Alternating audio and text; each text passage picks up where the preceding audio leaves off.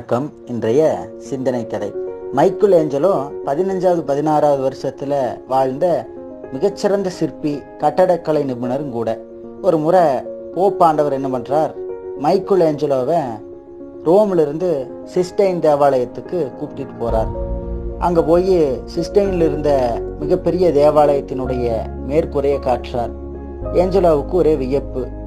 இதை எதற்காக என்னை கூப்பிட்டு வந்து காட்டினீங்க அப்படின்னு போப்பான 2ஆம் ஜூலியஸை பார்த்து ஏஞ்சலோ கேட்குறார். அதுக்கு ஜூலியஸ் சொல்றாரு, இந்த மேற்கூரை விதானங்கள்ல கிறிஸ்துவ மதத்தினுடைய புராதான ஓவியங்களை நீங்க தான் வரைஞ்சு தரணும் அப்படிங்கிறார். உடனே மைக்கேல் ஏஞ்சலோ அதிர்ந்து போயிட்டார். ஐயா, நான் ஒரு சிற்பி, நான் ஓவியம் கிடையாது அப்படின்னு 2ஆம் ஜூலியஸினுடைய காதுல மெதுவா சொல்றார். உடனே அதுக்கு போப் கண்டிப்பா சொல்லிடுறார், அதெல்லாம் எனக்கு தெரியாது, உங்க மனசுல இருக்கக்கூடிய படங்களை அப்படியே வரைஞ்சு கொடுத்துட்டு போங்க அப்படிங்கிறார். ஏஞ்சலோ என்னென்னமோ சொல்றார். நான் தூரிகை எடுத்து பல வருஷம் ஆயிடுச்சு, என்னாலெல்லாம் வரைய முடியாது, நீ இந்த பணியை நம்ம மிகச்சிறந்த ஓவியரான ரஃபேலை வச்சு முடிச்சுக்கோங்க அப்படிங்கிறார்.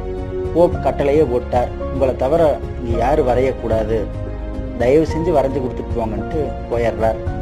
ஏஞ்சலோ தனிமையில் இருக்கிறார். தனிமையில் ஒரு வகையான தன்னம்பிக்கையை வர வச்சுக்கிறார். ரொம்ப நேரம் யோசிக்கிறார். தன்னுடைய மனதில் இருக்கக்கூடிய ஓவியங்களை எல்லாம் தனிமையிலேயே வரைய ஆரம்பிக்கிறார். வாரங்கள் போகுது, மாதங்கள் போகுது, முழுமையா 4 ஆண்டுகள் முடிஞ்சு போச்சு. மைக்கேல் ஏஞ்சலோ தன்னுடைய ஓவிய பணியெல்லாம் முடிச்சுட்டு தேவாலயத்திலிருந்து வெளியே வரார்.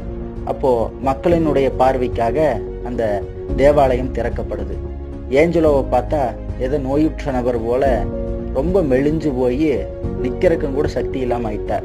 தன்னுடைய முழுமையான பணியில கவனம் செலுத்தணும் காட்டி மக்கள் எல்லாம் உள்ள போய் பார்க்கறாங்க.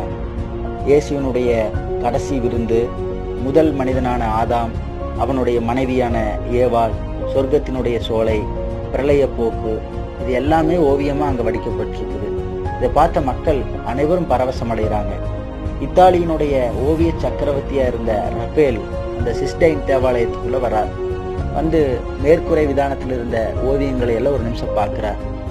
அந்த ஓவியங்களை தீட்டின கலைஞனுக்காக மண்டிக்கிட்டு நன்றி சொல்றார் அந்த தேவாலயத்துல.